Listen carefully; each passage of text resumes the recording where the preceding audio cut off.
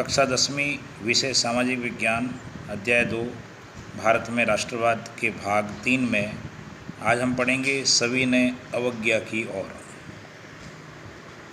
सविनय अवज्ञा की ओर में फरवरी 1922 में महात्मा गांधी ने असहयोग आंदोलन वापस लेने का फैसला किया। इसका मुख्य कारण था कि चोरा चोरी जो कांड था उस कांड को देख करके महात्मा गांधी को ऐसा लगा कि आंदोलन है जो हिंसक होता जा रहा है। सत्याग्रहियों को व्यापक प्रशिक्षण की ज़रूरत है, इसलिए उन्होंने असहयोग आंदोलन वापस ले लिया। क्योंकि चोरी चोरा जो गोरखपुर के तरह उस बाज़ार के अंदर आंदोलनकारियों और पुलिस वालों के बीच में भयंकर संघर्ष होता है और उसमें असंख्य सत्याग्रही मारे जाते हैं। इस कांड से इस को देख करके वो अपना असहयोग आंदोलन वापस ले लेते हैं। कांग्रेस के कुछ नेता इस तरह के जनसंघर्षों से थक चुके थे। 1919 के गवर्नमेंट ऑफ इंडिया एक्ट के तहत गठित की गई प्रांतीय परिषदों के चुनाव में हिस्सा लेना चाहते। अब इस कांग्रेस के कुछ लोग ऐसे नेता थे इस प्रकार के आंदोलनों से एक प्रकार से परेशान हो चुके।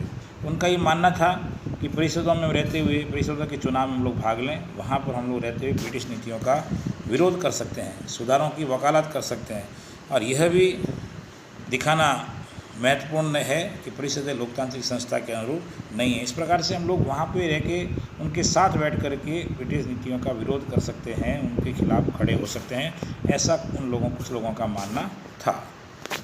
CR दास और मोतीलाल नेहरू ने परिषद राजनीति वापस लौटने के लिए कांग्रेस के भीतर ही स्वराज पार्टी का गठन कर डाला। जवाहरलाल नेहरू, सुभाष चंद्र बोस जैसे युवा नेता उग्र जन आंदोलन और पूर्ण स्वतंत्रता के दबाव बनाए हुए थे। अभी दो लोग नेता ऐसे थे जो उग्र जन आंदोलन चाहिए उनको, इसलिए जन भागीदारी की बहुत आवश्यकता थी। आंतरिक बहस और असहमति के इस माहौल में दो ऐसे तत्व थे जिन्होंने 20 के दशक के आखिरी सालों में भारतीय राजनीति की रूपरेखा एक बार फिर बदल दी। पहला कारक था विश्वव्यापी आर्थिक मंदी का असर। 1926 से कृषि उत्पादों की कीमतें गिरने लगी थी और 1930 के बाद तो पूरी तरह धराशायी होगी। कृषि के उत्पादन जो भी होता था उसको सही मायने में किसानों को राशि नहीं मिल पाने के कारण से किसानों की हालत ख़राब हो रही थी। कृषि उत्पादों की मांग गिरी और निर्यात कम होने लगा। बाहर भेजने की जो सामग्री थी वो बहुत कम होने लगी, तो किसानों को उस पर आपको अपनी उपज बेचना और लगाना भी भारी पड़ने लगा। बहुत ज़्यादा मेहनत लगती थी और लेकिन उनको जो राशि मिलती थी वो बहुत कम मात्रा मिलती थी। 1930 तक ग्रामीण इलाके भारी उथल पुथल से गुजरने लगे। इसी पृष्ठभूमि में ब्रिटेन की नई टोरी सरकार ने सर जॉन साइमन के नेतृत्व में एक वैधानिक आयोग का गठन कर दिया। राष्ट्रवादी आंदोलन के जवाब में गठित किए गए इस आयोग को भारत में संवैधानिक व्यवस्था की कार्यशैली का अध्ययन करना था, उसके बारे में सुझाव देने थे। यानी इस प्रकार का जो आंदोलन बनाया सर जॉन साइमन के नेतृत्व में, उसका मुख्य काम ये था कि राष्ट्रवादी आंदोलन के जवाब में जो वहाँ की जो भारत की संवैधानिक व्यवस्था है उसकी कार्यशैली का तो अध्ययन करना और उसके बारे में सुझाव देना था। इस आयोग में एक भी भारतीय सदस्य नहीं था, सारे के सारे अंग्रेज थे। इस कारण से भारत के लोग बहुत नाराज़ थे। 1928 में जब साइमन कमीशन भारत पहुँचा तो उसका स्वागत साइमन कमीशन वापस जाओ, साइमन कमीशन गो बैक के नारों से किया गया। इसका मुख्य कारण तक भारत का उसके अंदर एक भी व्यक्ति नहीं था। कांग्रेस और मुस्लिम लीग सभी पार्टियों ने प्रदर्शनों में हिस्सा लिया।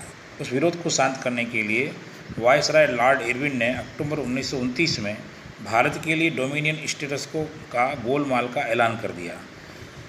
उन्होंने इस बारे में कोई समय सीमा भी नहीं बताई। उन्होंने सिर्फ इतना कहा कि भावी संविधान के बारे में चर्चा करने के लिए, आगे अपना संविधान जो बनने वाला है उसके ऊपर चर्चा करने के लिए गोलमेज सम्मेलन आयोजित किया जाएगा। इस प्रस्ताव से कांग्रेस के नेता संतुष्ट नहीं थे क्योंकि वो गोलमाल एक प्रकार का जवाब था। जवाहरलाल नेहरू और सुभाष चंद्र बोस के नेतृत्व में कांग्रेस का तेज तर्राट खेमा आक्रामक तेवर अपनाने लगा था। इधर उदारवादी और मध्यमार्गी नेता ब्रिटिश डोमिनियन के नेतृत्व भीतरी संवैधानिक व्यवस्था के पक्ष में थे, लेकिन इस खेमे का प्रभाव घटता जा रहा था।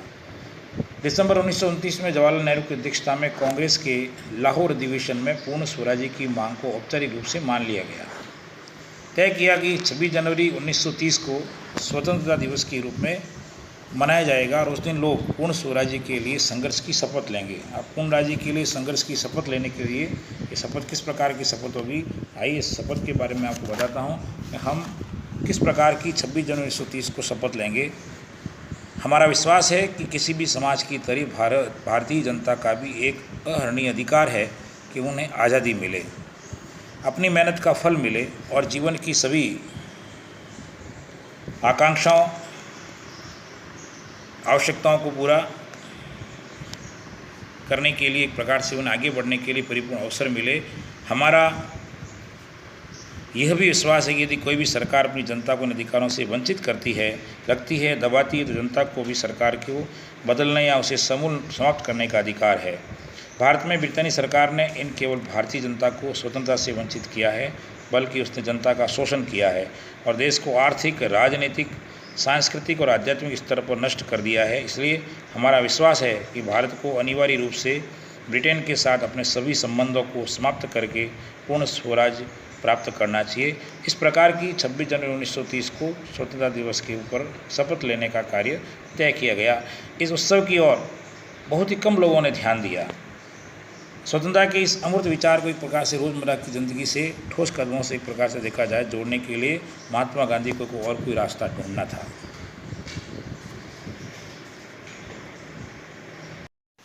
सभी प्रकार के मुद्दों को जोड़ने के लिए गांधी जी को एक प्रकार से और कोई आंदोलन छेड़ना था जिसके माध्यम से सारे लोग एक साथ जुड़ सकें। इसलिए गांधी जी ने नमक यात्रा और सविनय अवज्ञा आंदोलन को प्रारंभ किया। देश को एकजुट करने के लिए महात्मा गांधी को नमक एक ऐसा शक्तिशाली प्रतीक दिखाई दिया जो वास्तव में लोगों को जुड़ा हुआ रख सकता था। 31 जनवरी 1930 को उन्होंने वायसराय इरविन को एक खत लिखा। इस खत में उन्होंने 11 सूत्री मांगों का एक प्रकार से उल्लेख किया।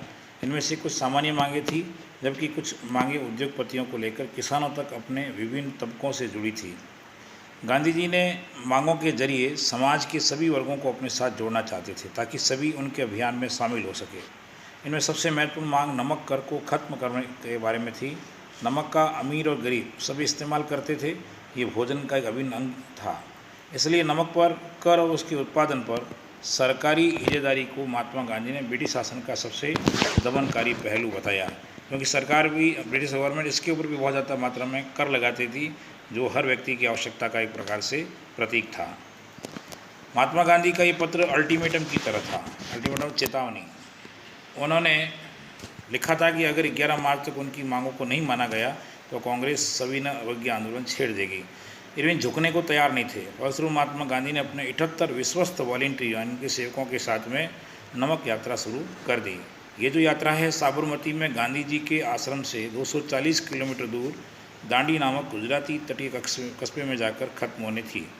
गांधी जी की टोली ने 24 दिन तक हर रोज़ लगभग 10 मील का सफ़र तय किया और इस नमक की यात्रा जो है, दांडी यात्रा जिसको कहते हैं, उसको पूरा किया। गांधी जी जहाँ भी रुकते थे वहाँ पे हज़ारों लोग उनको सुनने के लिए आते थे। इन सभाओं में गांधी जी ने स्वराज का अर्थ स्पष्ट किया। स्वराज यानी अपना स्वयं का राज, और आह्वान किया कि लोग अंग्रेज़ों की शांतिपूर्वक अवज्ञा करें, यानी उनकी अंग्रेज़ों की बात नहीं माने, अंग्रेज़ों का कहना नहीं माने, ऐसा उन्होंने सभी से आग्रह किया। 6 अप्रैल को वो दांडी पहुंचकर उन्होंने समुद्र का पानी उबालकर नमक बनाना प्रारंभ कर दिया, जो कि एक प्रकार से उस समय ब्रिटिश गवर्नमेंट के कानून का उल्लंघन था। यहीं से सविनय अवज्ञा आंदोलन शुरू हुआ। यह आंदोलन असहयोग आंदोलन के मुकाबले किस तरह अलग था? इस बार लोगों को न केवल अंग्रेज़ों का सहयोग न करने के लिए बल्कि औपनिवेशिक कानूनों का उल्लंघन करने के लिए भी आह्वान किया जाने लगा। केवल उनका असहयोग ही नहीं करना है, बल्कि उनके कानूनों का भी एक प्रकार से उनको उल्लंघन करना है, ऐसा सबको आह्वान किया जाने लगा। देश के विभिन्न भागों में हज़ारों लोगों ने नमक कानून को तोड़ा, सरकारी नमक कारखानों के सामने प्रदर्शन किया। आंदोलन फैला तो विदेशी कपड़ों का बहिष्कार भी साथ में किया जाने लगा। शराब की दुकानों की पिकेटिंग होने लगी। किसानों ने लगान और चौकीदारी पर चुकाने से इनकार कर दिया। गांव में तैनात कर्मचारी इस्तीफा देने लगे। बहुत सारे स्थानों पर जंगलों में रहने वाले वन कानूनों का उल्लंघन करने लगे। वे लकड़ी बीनने और मवेशी को चराने के लिए आरक्षित वनों में घुसने लगे। इन घटनाओं से चिंतित औपनिवेशिक सरकार कांग्रेसी नेताओं को गिरफ्तार करने लग गई। बहुत सारे स्थानों पर हिंसक टकराव हुए। अप्रैल 1930 में जब महात्मा गांधी के समर्पित साथी अब्दुल गफ्फार खान, जिसके बारे में सब लोग जानते होंगे, उनको गिरफ्तार कर दिया गया। तो जितनी भी गुस्साई भीड़ थी सशस्त्र बख्तरबंद गाड़ियों और पुलिस की गाड़ियों का सामना करते हुए सबके ऊपर उतर आई। बहुत सारे लोग मारे गए। महीने भर बाद महात्मा गांधी को भी गिरफ्तार कर लिया गया। तो सोलापुर के औद्योगिक मजदूरों ने अंग्रेजी शासन का प्रतीक पुलिस चौकियों, नगर पालिका भवनों, अदालतों, रेलवे स्टेशनों पर हमले शुरू कर दिए। इधर भयभीत सरकार ने उन सबके ऊपर निर्मम दमन का रास्ता अपना दिया। शांतिपूर्ण सत्याग्रहियों पर हमले भी कर दिए। औरतों को, बच्चों को मारा पीटा गया। लगभग 1 लाख लोग उस समय गिरफ्तार किए गए। महात्मा गांधी ने एक बार फिर आंदोलन को वापस ले लिया। हिंसात्मक आंदोलन को देखते हुए महात्मा गांधी का पुनः मन बदल गया। इस प्रकार से यदि आंदोलन चलता रहा तो लाखों लोग मारे जा सकते हैं। 5 मार्च 1931 को उन्होंने इरविन के एक समझौते पर दस्तखत कर लिए। इसे हम गांधी इरविन समझौता भी कहते हैं। इस समझौते के जरिए गांधी जी ने लंदन में होने वाले दूसरे गोलमेज सम्मेलन में हिस्सा लेने पर अपनी सहमति व्यक्त कर दी। पहले गोलमेज सम्मेलन का कांग्रेस बहिष्कार कर चुकी थी। इसके बदले सरकार, जब गांधी जी ने हस्ताक्षर किए तो सरकार ने राजनीतिक कैदियों को रिहा कर दिया। दिसंबर 1931 में सम्मेलन के लिए गांधी जी लंदन गए। ये वार्ता बीच में ही टूट गई। उन्होंने निराश होकर के वापस लौटना पड़ा। यहाँ आकर उन्होंने पाया कि सरकार ने नए सिरे से दमन शुरू कर दिया। इधर गांधी जी लंदन गए और पीछे सरकार ने अपना काम प्रारंभ कर दिया। उन्होंने नए सिरे से दमन का काम शुरू किया। क्या किया? गफ्फार खान और जवाहरलाल नेहरू दोनों जेल में थे, उनको पकड़ कर डाल दिया गया। कांग्रेस को गैर कानूनी घोषित कर दिया गया था। सभा और प्रदर्शनों और बहिष्कार जैसी गतिविधियों को रोकने के लिए भी उस समय सरकार ने सख्त कदम उठा रखे थे। आप किसी प्रकार की सभा नहीं करोगे, प्रदर्शन नहीं करोगे और न ही सरकार के किसी बात का बहिष्कार करोगे। भारी आशंकाओं के बीच में महात्मा गांधी ने सविनय अवज्ञा आंदोलन दोबारा शुरू कर दिया। साल भर तक आंदोलन चला। 1934 तक आते आते उसकी गति मंद पड़ने लग गई, क्योंकि आखिर लोग भी कब तक इस आंदोलन का हिस्सा बने रहते, इसलिए वो भी धीरे धीरे मंद पड़ने लगी थी। ये सब प्रकार से गांधी जी के प्रयासों से सविनय अवज्ञा आंदोलन प्रारंभ हुआ। और इसकी आवश्यकता क्यों थी, कैसे थी, क्यों इसको मानना था, किसके लिए आवश्यक था, इसके बारे में अगले भाग में पढ़ेंगे। अभी आपके सामने कुछ महत्वपूर्ण तिथियां जिसके बारे में हम पुनः दोहरान कर रहे हैं। 1918 से 1919 के बीच में हमने पढ़ा है कि बाबा रामचंद्र उत्तर प्रदेश के किसानों को संगठित करने का कार्य करते हैं। अप्रैल 1919 रॉलेट एक्ट के खिलाफ गांधीवादी हड़ताल होती है और उसी समय बैसाखी के दिन 13 अप्रैल 1919 को जलियांवाला बाग हत्याकांड होता है, जिसमें जनरल डायर द्वारा निहत्थे लोगों को मौत के घाट उतार दिया जाता है। जनवरी 1921 जिसमें असहयोग और खिलाफत आंदोलन होता है। फरवरी 1922 चौरी चौरा का हत्याकांड, जहां लखनऊ बाजार के अंदर उन लोगों के और पुलिस और सत्याग्रहियों के बीच में एक प्रकार से मुठभेड़ होती है, जिसमें लोग मारे जाते हैं। ये चौरी चौरा हत्याकांड, जिसके बाद में गांधी जी असहयोग आंदोलन को वापस ले लेते हैं। 1924 सीताराम राजू की गिरफ्तारी। 2 वर्ष से चला आ रहा हथियारबंद आदिवासी संघर्ष समाप्त हो जाता है। अल्लूरी सीताराम राजू एक प्रकार से ईश्वर का अवतार माने जाते हैं लोगों के बीच में, और जिनका ये मानना था कि गोली भी उनका कुछ नहीं बिगाड़ सकती और वह स्वस्थ अनेक प्रकार से लोगों को रख सकते हैं, ऐसे प्रयास वो करते थे। दिसंबर 1929 में लाहौर अधिवेशन हुआ, जिसमें कांग्रेस ने पूर्ण स्वराज्य की मांग को स्वीकार कर लिया था। फिर 1930 में अंबेडकर दलित वर्ग एसोसिएशन की स्थापना करते हैं। मार्च 1930 में गांधी जी दांडी में नमक कानून का उल्लंघन करके सविनय अवज्ञा आंदोलन शुरू करते हैं। मार्च 1921 में गांधी जी सविनय अवज्ञा आंदोलन वापस ले लेते हैं।